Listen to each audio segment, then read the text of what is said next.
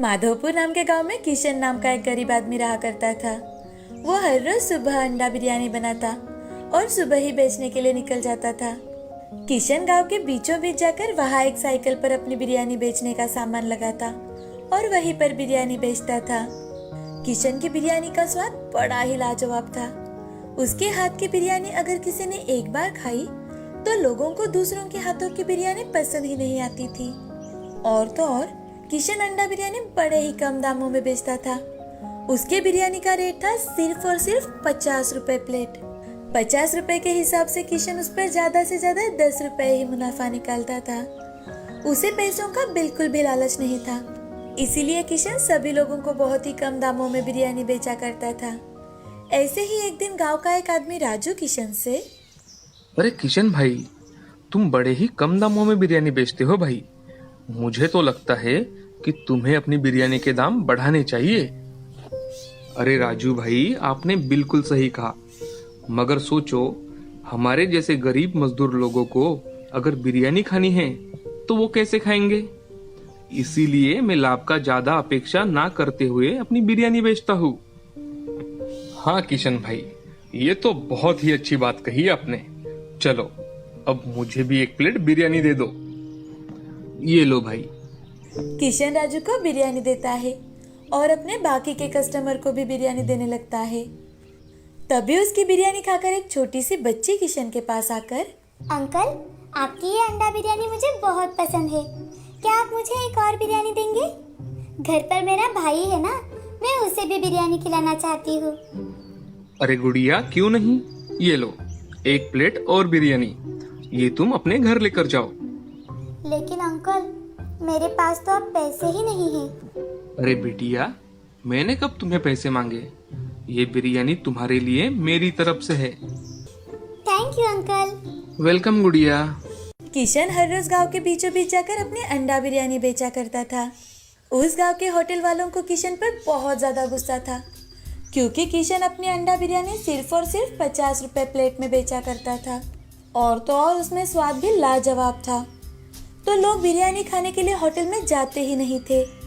सब के सब किशन के पास से ही बिरयानी खरीदते थे। ये सब देखकर एक होटल वाले हरिया को बहुत ज्यादा गुस्सा आता है और वो अपने लोगों से, अरे ये किशन का बच्चा इतने सस्ते में बिरयानी कैसे बेचता है। इसके बिरयानी बेचने से हमारे यहाँ कोई नहीं आता। अब हमें ग्राहक मिलना भी मुश्किल हो गया है। मालिक, इसका कुछ ना कुछ बंदोबस्त तो करना ही पड़ेगा, नहीं तो हमारा धंधा चौपट हो सकता है। हाँ, मैं भी वही सोच रहा हूँ। तुम एक काम करो, अपने कुछ आदमियों को लेकर उसके साइकिल के दुकान पर जाओ और उसका पूरा दुकान तहस नहस कर डालो। हाँ, ये अच्छा रहेगा मालिक। कुछ ही देर में हरिया के नौकर अपने साथ हॉकी स्टिक लेकर किशन की दुकान पर जाते हैं। इतने सारे लोग अपनी तरफ हॉकी स्टिक लेकर आते थे, किशन बहुत ज्यादा डर जाता है कि तभी सारे के सारे लोग आकर किशन से, क्या रे, तेरे को मस्ती चढ़ी है क्या, जो हमारे मालिक के होटल के मुकाबले में तू बिरयानी बेचता है। अबे ओए चपड़गंजू, तेरे को खुद की जिंदगी प्यारी नहीं क्या बे।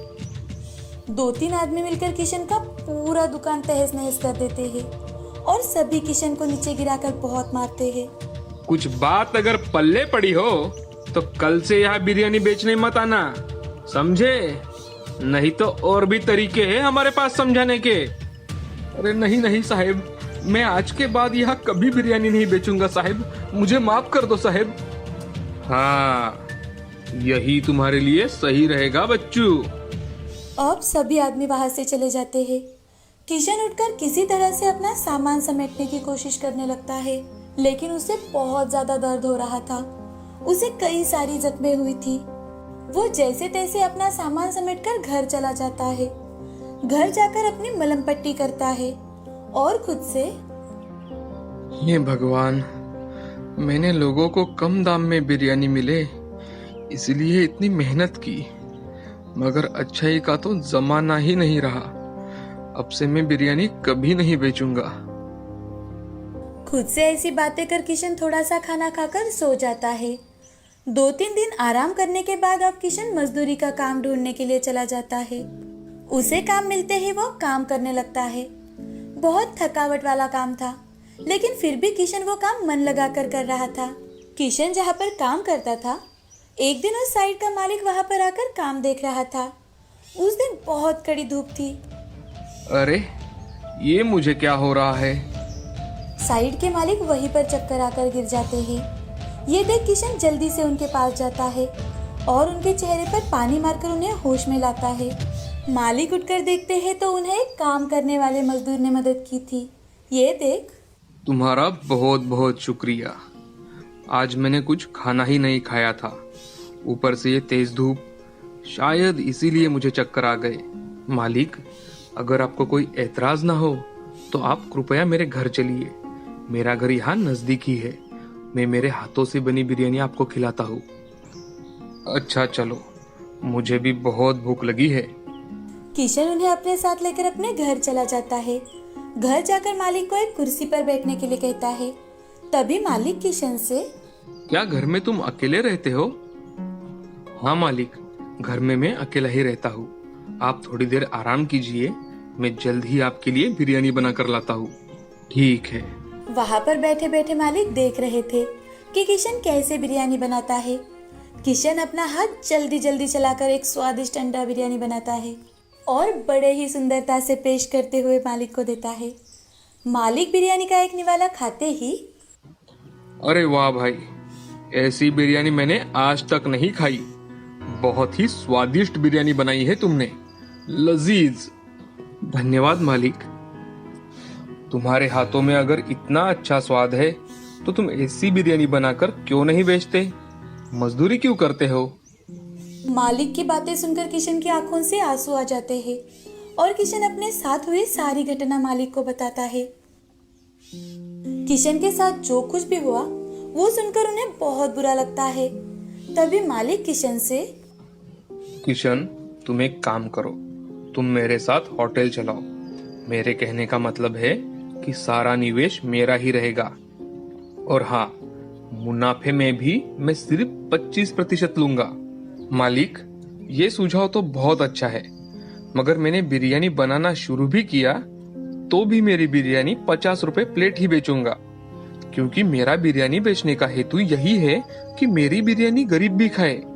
हाँ चलेगा किशन, तुम तुम्हारे हिसाब से तुम्हारा होटल चलाओ। हम होटल का चैन खोलेंगे, उससे हर गांव का हर आदमी हमारी बिरयानी खाएगा। क्या कहते हो? मुझे चलेगा मालिक। तो तुम कल ही शहर आ जाना, ये रहा मेरा पता। बिरयानी खाकर मालिक वहां से चले जाते हैं। अब किशन दूसरे ही दिन उनसे मिलने के लिए शहर चला जाता है और उनसे मिलकर उनसे, लेकिन मालिक, मेरे हाथ की अंडा बिरयानी शहर के लोगों को पसंद तो आएगी ना? हमारे हाथ की बिरयानी मेरे जैसे हमेशा 5 स्टार होटल में खाना खाने वाले आदमी को पसंद आ सकती है, तो बाकी के लोगों को क्यों नहीं पसंद आएगी? तुम चिंता मत करो। ठीक है मालिक, अब तो मैं और भी मन लगाकर काम करूंगा। चलो, आज से हमारे होटल हर जगह खुलेंगे। पहले 1 महीना हम इस शहर में होटल चलाकर देखेंगे, बाद में हमारे होटल हर गांव में होंगे। और हाँ, हमारे होटल हम जिस जगह नहीं खोल सकते वहां हम हमारे होटल के नाम से फूड ट्रक चलाएंगे। जैसा आपको ठीक लगे मालिक। मुझे आपने इतना अच्छा मौका दिया है, अब मुझे बस इस मौके का सही इस्तेमाल करना है। अब किशन अपने नए काम में लग जाता है। नए होटल में उसकी अंडा बिरयानी बड़ी ही मशहूर हो गई। लोग आकर उसकी अंडा बिरयानी खाने लगे। अब उन दोनों ने मिलकर अपने होटल गांव-गांव जाकर खोले। लोगों को इतने सस्ते दामों में अच्छी क्वालिटी की अंडा बिरयानी मिल रही थी, तो गांव के लोग भी किशन से ही अंडा बिरयानी खरीदने लगे। दिन ब दिन वो मशहूर हो रहा था, बड़ा आदमी बन रहा था। ऐसे ही एक दिन किशन अपने गांव में आता है और अपने बॉडीगार्ड के साथ गांव में उसी जगह जाता है जहां पर कुछ समय पहले उसे पीटने वाले लोग खड़े थे। किशन अपने बॉडीगार्ड से, इन्हें पानी मांगने तक मारो। इनको पता चलना चाहिए कि अगर कोई गरीब आदमी अपना व्यापार करना चाहता है तो उसे करने देना चाहिए। इनके जैसे लोगों की वजह से ही आम आदमी धंधा करने का सोच भी नहीं सकता। किशन के ऐसे कहते ही बॉडीगार्ड उन लोगों को बहुत पीटते हैं और उन्हें फिर से ऐसा ना करे इसकी समझ देते हैं। अब माधोपुर गांव में किशन का नाम बड़े आदर के साथ लिया जा रहा था। उसे सभी लोग बड़ी इज्जत देने लगे। किशन से प्रेरित होकर अब गांव के लोग भी अपना अपना व्यवसाय करने लगे, अपना काम करने लगे। किशन ने अपनी कड़ी मेहनत के दम पर अपना नसीब बनाया था। इस कहानी से हमें यह सीख मिलती है कि हमेशा मेहनत करने वालों को अपनी मंजिल मिल ही जाती है और अपने कड़ी मेहनत के दम पर हमेशा हम हमारे सपने पूरे कर सकते हैं।